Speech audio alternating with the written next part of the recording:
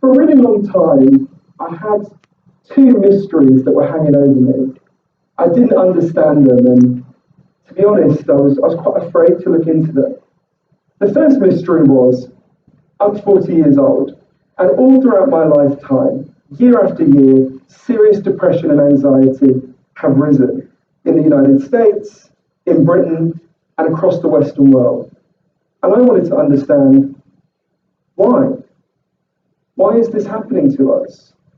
Why is it that with each year that passes, more and more of us are finding it harder to get through the day? And I wanted to understand this because of a more personal mystery. When I was a teenager, I remember going to my doctor and explaining that I had this feeling like pain was leaking out of me.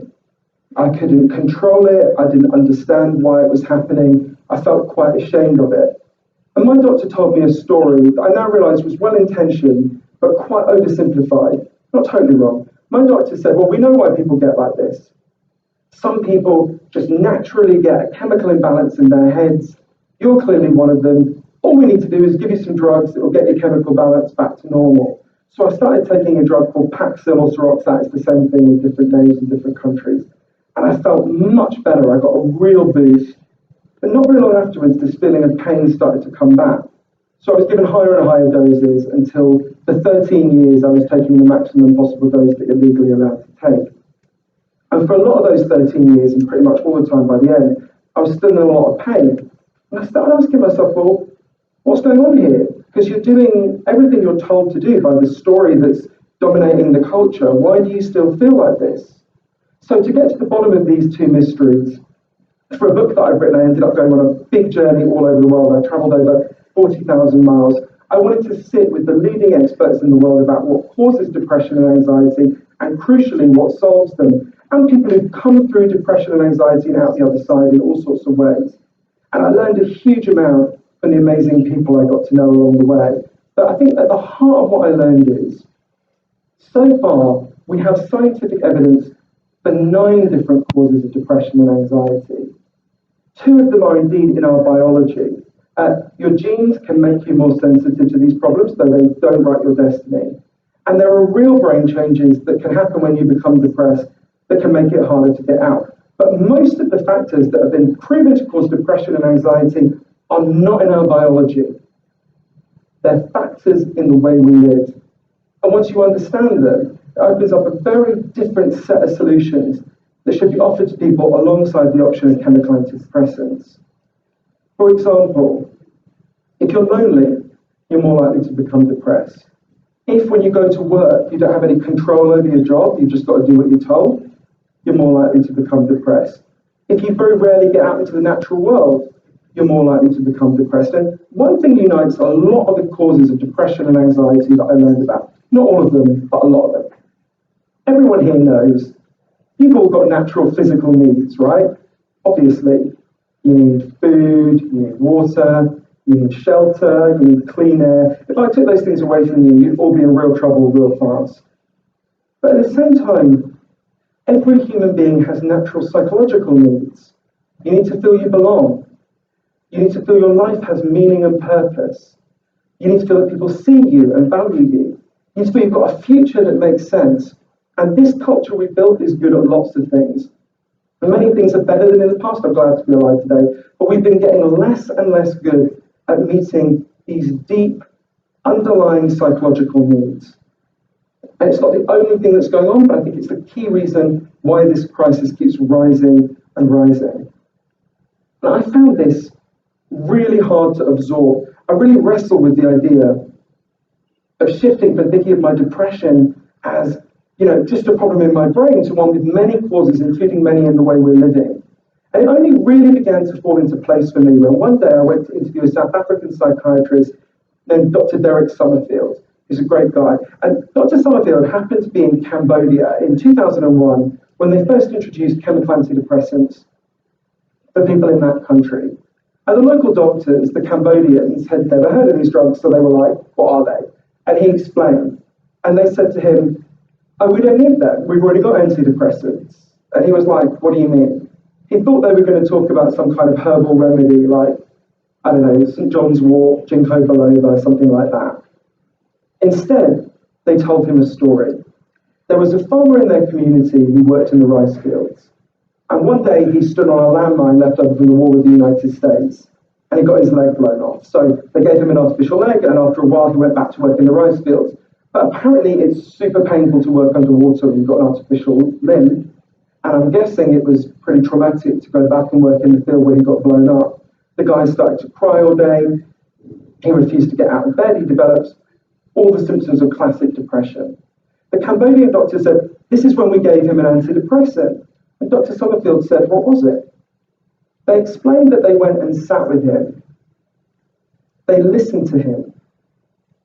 They realized that his pain made sense. It was hard for him to see it in the throes of his depression, but actually it had perfectly understandable causes in his life. One of the doctors, talking to the people in the community, figured, if we bought this guy a cow, he could become a dairy farmer.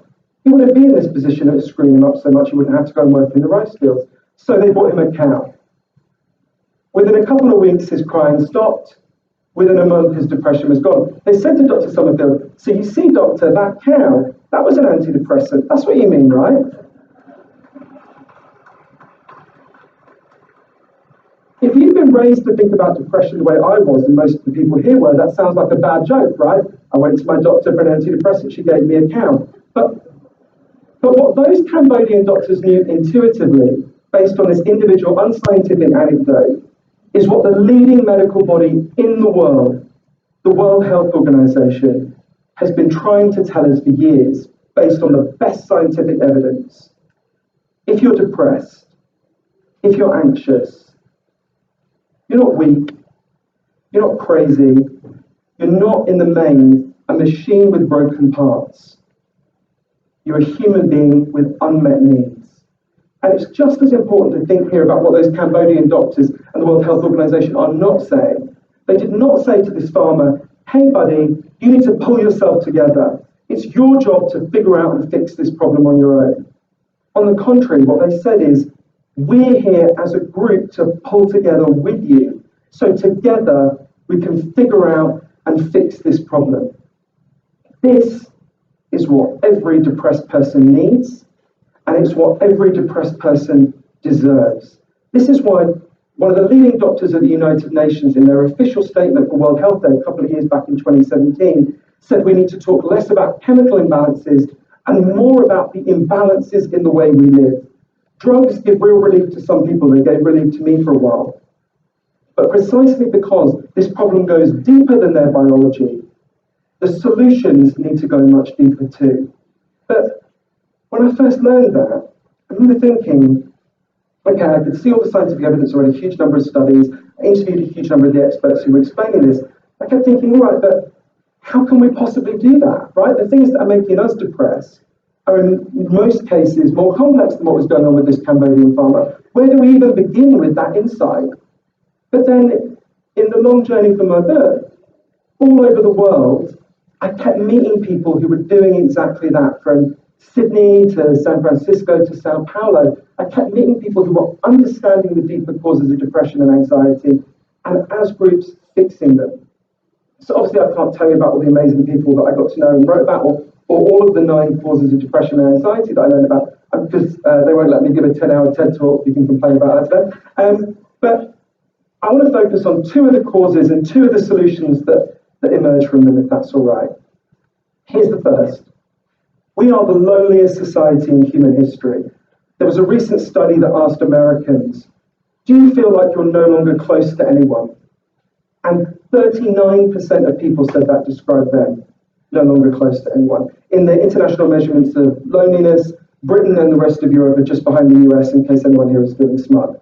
And I spent a lot of time discussing this with the leading expert in the world on loneliness, an incredible man named Professor John Cacioppo, who was at Chicago, and I thought a lot about one question his work poses to us. So Professor Cacioppo asked, why do we exist? Why are we here? Why are we alive? One key reason is that our ancestors on the savannas of Africa were really good at one thing.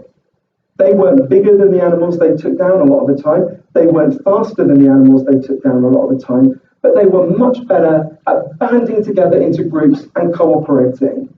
This was our superpower as a species. We band together. Just like bees evolved to live in a hive, humans evolved to live in a tribe. And we are the first humans ever to disband our tribes. And it's making us feel awful. But it doesn't have to be this way. One of the heroes in my book, and in fact in my life, is a doctor named Sam Everington. He's a general practitioner in a poor part of East London where I lived for many years. And Sam was really uncomfortable because he had loads of patients coming to him with terrible depression and anxiety. And like me, he's not opposed to chemical antidepressants. He thinks they give some relief to some people. But he could see two things. Firstly, his patients were depressed and anxious a lot of the time for totally understandable reasons like loneliness. And secondly, although the drugs were giving some relief to some people, for many people they didn't solve the problem, the underlying problem. So one day Sam decided to pioneer a different approach. A woman came to his centre, his medical centre, called Lisa Cunningham. I got to know Lisa later.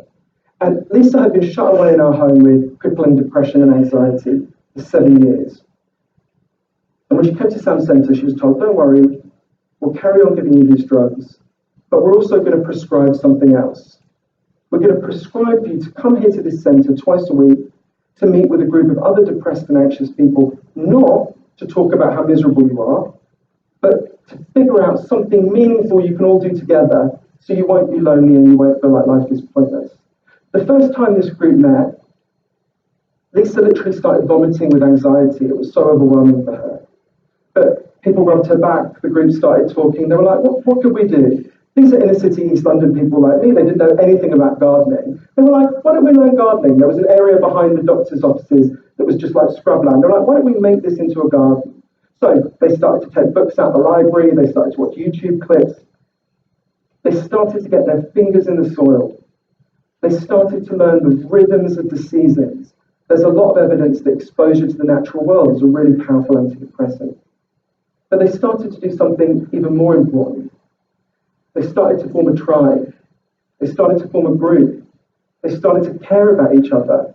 If one of them didn't show up, the others would go looking for them and say, hey, you okay? Help them figure out what was troubling them that day. The way Lisa put it to me, as the garden began to bloom, we began to bloom.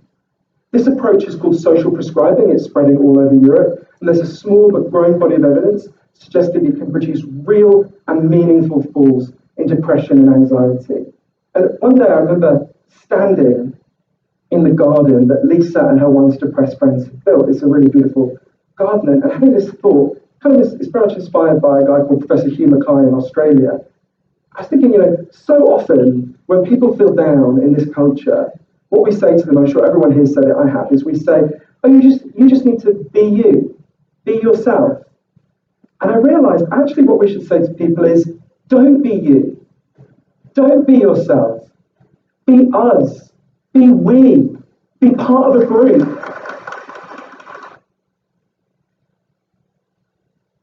Hope you guys weren't watching this.